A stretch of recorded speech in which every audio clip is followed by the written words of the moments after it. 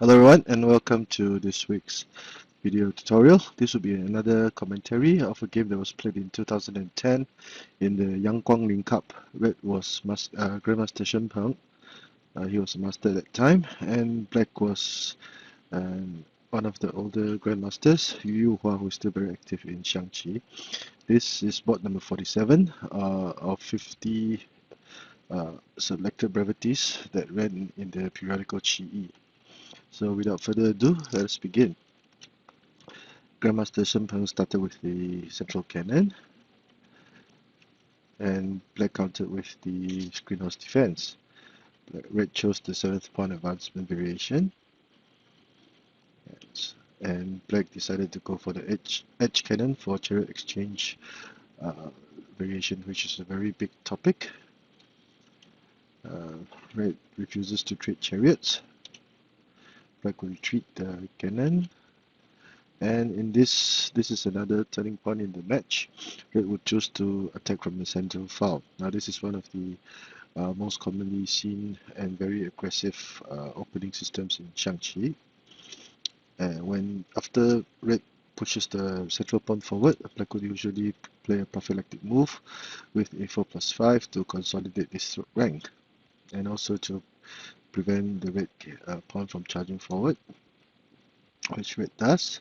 So as can be seen, because Red had not developed his left flank, he chose to attack the center very quickly. C9 goes to 7 to chase the chariot away, and Black will counter very aggressively with this move. This opening system is charging the central pawn forward versus the edge cannon for chariot exchange variation. From here on, the lines will deviate into many different possible scenarios. So in this match, Grandmaster Shen Peng played h3 plus 5 to continue to attack. It is not a good idea to play p3 plus 1 because, Black would simply consolidate the central file, and this chariot will start doing mischief. Now there are two ways to attack. One would be to play p3 before it goes to 3, preparing to play p3 plus 3 plus 1. And the other one would be to simply push the pawn forward. So in the first variation, in the first sub variation, p4 plus 3 is shown. Black will counter likewise. This will be moved to threaten to capture the elephant and also the pawn, so that the chariot would position over here. Now Black would not want this to happen, and Red would choose to trade material, and Red would take the chance to develop his left wing in this manner, chasing the chariot away, chasing the cannon away, and Black can still put up a fight. Although Red has a very powerful attack on the central file, Black will still be able to handle Red's aggressions. Now in the p3 plus 1 variation, Red will try to link the pawns up and also be prepared to play p3 plus 1. Now this was another line that was given at the board. 5-7 cannons, because the cannon, Black's left cannon was down the third rank. A good idea would be to attack this horse. Black develops material, and Black sacrifices material. The red pawn cannot capture the black horse, or Red will lose the chariot. And Red will counter very aggressively. Red would be prepared to trade material, and Black will sacrifice material, preparing to go for prepare to sacrifice his horse again to attack from the central file. So this is a very volatile variation and still very commonly seen in tournaments today. And starting will be to play p3 plus 1, which is not advised. Instead, it will be advised for Red to play h3 plus 5, whereby this horse will charge to Black's right flank for attack. And this match, p7 plus 1 was played, another commonly seen variation. It is not a good idea to play p7 equals to 6 because check, black intermediate move. This would disallow the elephant to move and so block the elephant, so that if this elephant moved here, this would be a check. Red could capture the elephant. So red tries to shoo the chariot away so that this cannon cannot move to the central file anymore. And red would develop his cannon in this manner. Can be seen, red would choose to capture the horse, and this would be a counter sacrifice. And red will make use of the awkward positioning of this cannon to develop his chariot. At this point in time, there are two ways to play. One would be r1 equals to 4 for the kingside chariot. The other would be h6 plus 4, whereby black would try to go for a elbow horse checkmate with h7, h3, h4 plus 3, followed by h2 plus 7. Red would have to block the horse, and finally the cannon will be traded away. Black will move the cannon to safety. So at this point in time, red would have 2 chariots and 2 horses, while black would have 2 chariots and 2 cannons. And I trade of material, and red would have a slight advantage. Now these were the actual moves that Grandmaster Shen Peng played against Hebei's master Li Xuesong. He won in this variation also. So p7 plus 6 would not seem to be a good idea as compared to p7 plus 1. As mentioned earlier, the horse would now be a major threat. At this point in time, when the horse attacks the black horse, old school method would be to play h3 minus 4. In this match, Grandmaster Yu Youhua chose to go classical. Now, the opening tabia would usually be c8 plus 8, whereby black would sacrifice this horse so that he could attack this flank. This chariot would block the elephant and prevent it from moving to the edge file. And thus, once this move is played, the cannon will be able to make mischief. So red will not capture the horse for the moment, and black continues to offer the horse as a sacrifice. And finally, red would take the horse, and black would chase the horse away. And from here, this is still part of the opening tabia. From here, black would usually continue to play p7 equals to 8, h8 plus 7, p3 plus 1, or even r3 equals to 4.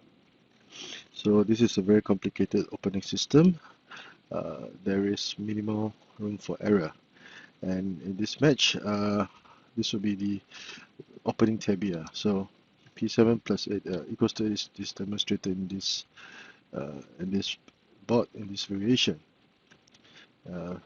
Black is compensated for the loss of material with the attack on the flank, chasing the chariot away. Preparing this move would threaten the red chariot, which is why it moved away, because black would play c7 equals to 4, followed by c4 equals to 1. Tail corner cannon. The horse will now join in the attack. And again, the horse would be menacing. This would block the elephant from protecting the central cannon. At this point in time, black could play h7 minus 5 or r4 plus 5 to block black's elephants. If h7 plus 5 were played, black will retreat the cannon. And this will be a pseudo sacrifice. A check. A discovered check as a pseudo sacrifice, trading material.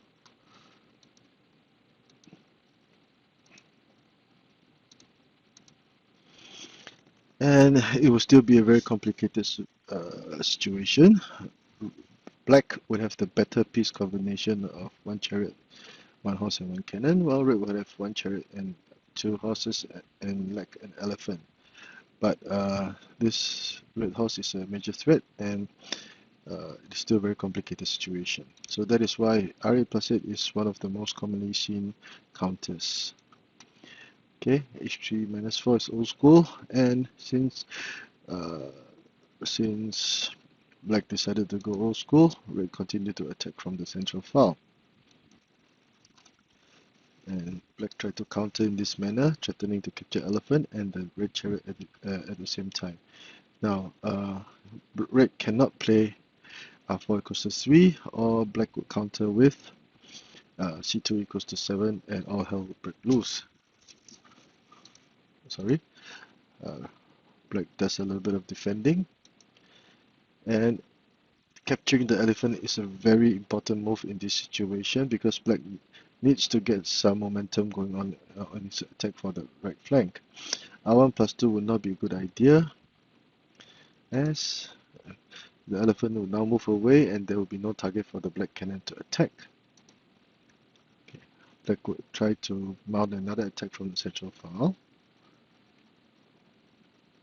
and red would have a slight advantage in this situation.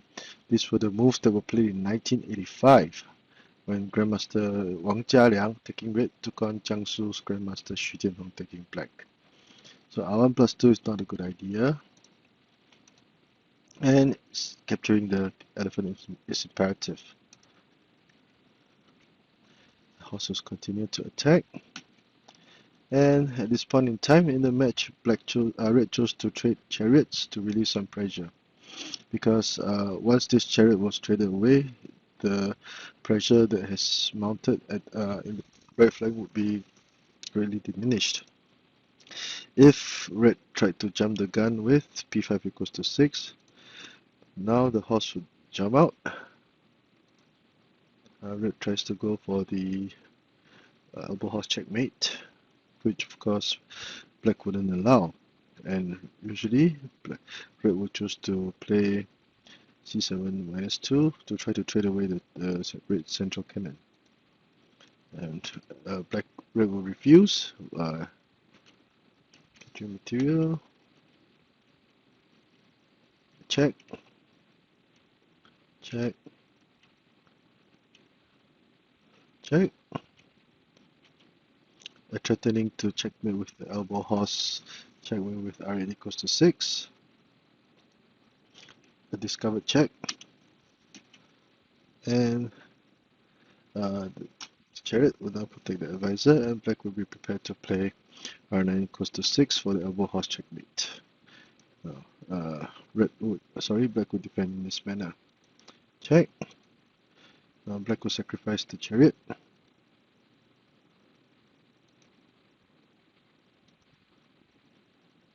Red horse is not allowed to attack.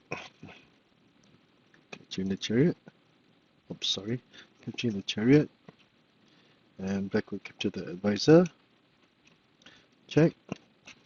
And black regains a chariot in the pseudo sacrifice. There's still 1, 2, 3, 4 black major pieces and 1, 2, 3, 4 red major pieces. So this is a very complicated position. And black has a very playable game, a full guard, whereas red's defense have been shattered to smithereens, but he will now be attacking this flank. So that is why p5 equals to 6 is not a good idea, because there were simply too many factors that were uncontrollable. After r4 equals to 2 to trade material, black will have to accept. And now red will try to develop his left flank and also put this elbow horse to work. Black develops the chariot, and this was seen to be an instinctive move to make. Instead, c2 equals to 8 should have been played. If c2 equals to 8 were played, threatening go for the elbow horse checkmate, defending the elbow horse checkmate, developing the left red chariot, r1 equals to 2, and the black chariot will not allow red to go for the elbow horse attack. p7 plus 1, red is adamant, and discover check, and red will capture the pawn. Now things will be looking bad for black at this moment. Now this move was played so that black would checkmate with h8 plus 6, as the cannon will now be protecting the horse if it were at this position. Now red would have to defend a threat of cannons, and black will still be able to put up a good fight. Backtrack a little bit. Instead of r9 equals to 2, p7 plus 1 is also sometimes seen. So let us see what black is cooking. Threatening to capture the cannon, defending in this manner.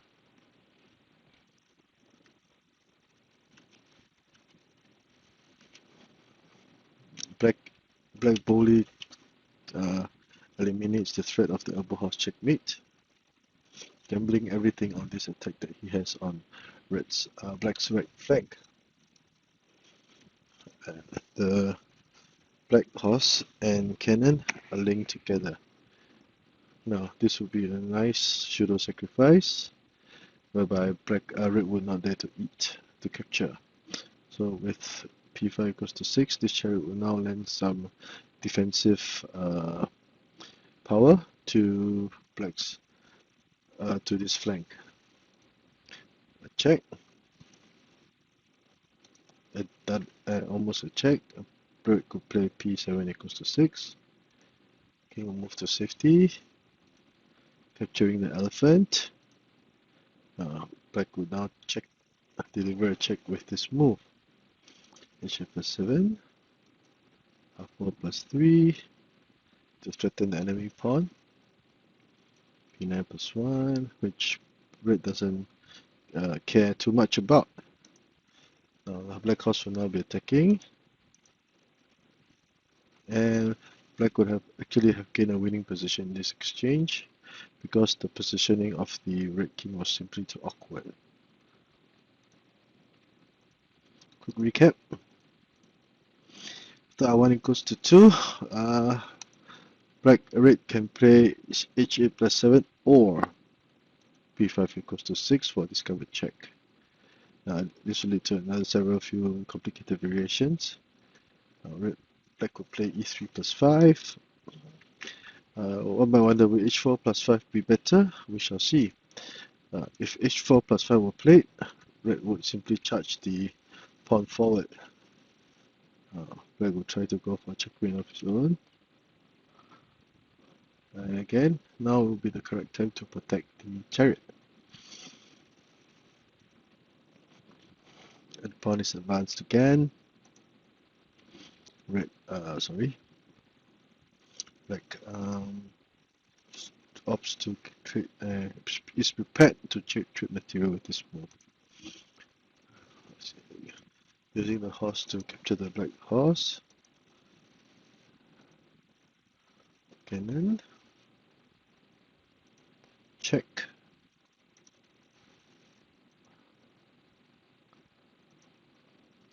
And black would have an empty cannon, so red would actually have a winning position if h4 plus 5 were played. e3 plus 5, maybe, but the most important thing is that black would red would have not gained much. h8 plus 7, as we continue our discussion, as you can see, this is a very exciting match. Red going from the central file, black attacking the flank, the right flank on the red side of the board. Now, would p5 equals to 6 be a good option? Deliver a check. I mentioned this variation early on. Sorry. So after h8 plus 7, black would try to chase the black pawn away. And b7 plus 1 is played. Sorry. Okay. Now capturing the, backtrack a little bit.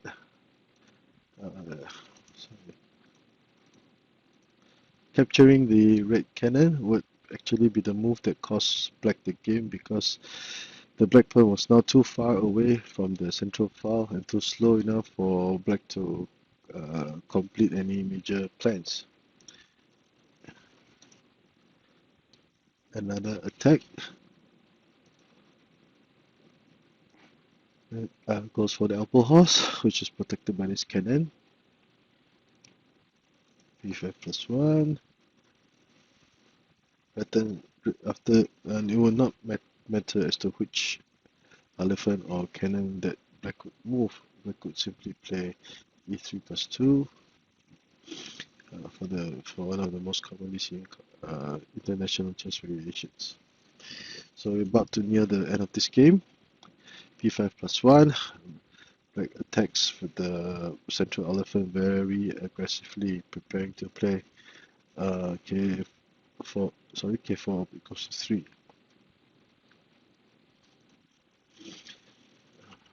Check, check, double check, and material is lost. Black tries to develop his chariot in another manner. Red solidifies his position, the positioning of the central cannon. Check. And this will be the winning position. There is no way that Red can prevent c5 equals to 6.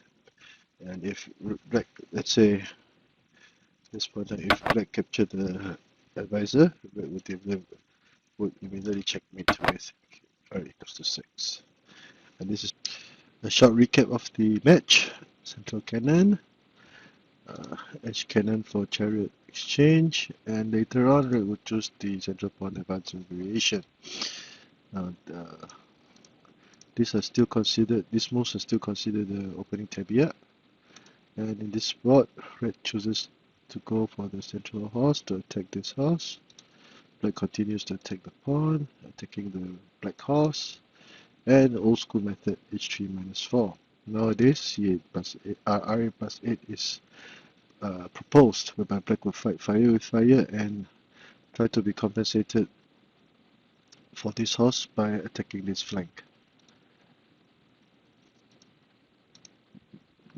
Red must capture the horse now, or the chariot will be developed. And there will be 3 major lines. In this spot, Black chose the p7 equals to variation.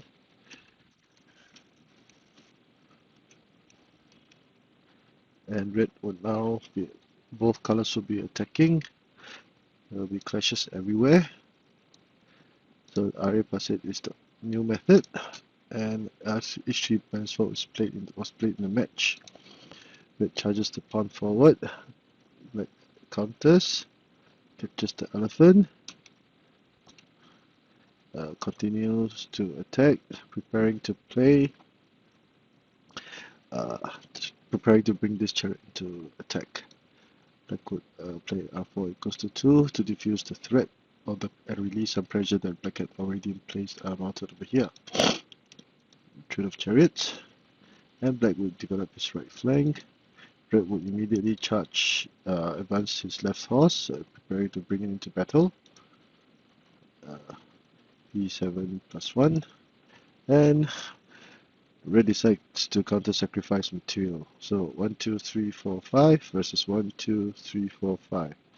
Red will counter-sacrifice material, and Black does indeed capture the cannon. Now this move has been criticized as the problematic move, which costs Black the game. Red goes for the elbow horse. A brilliant move, sacrificing the central pawn. Check. Horse cannon check. Check. And Red gains material. 1, 2, 3, 4. 1, 2, 3, 4. Now, so the earlier sacrifice is very worthwhile. Black made this move because you did not want to lose the chariot to Red's h8-7 for the pale corner horse checkmate. And Black continues with the central cannon. Check. And there is no escape. Now, I personally love Grandmaster Yu Youhua's matches a lot. Very exciting, and nothing there's little room for error for both players. I hope you've enjoyed this week's short video tutorial or commentary. If you like the work that I've been doing, please subscribe to my channel. Thank you.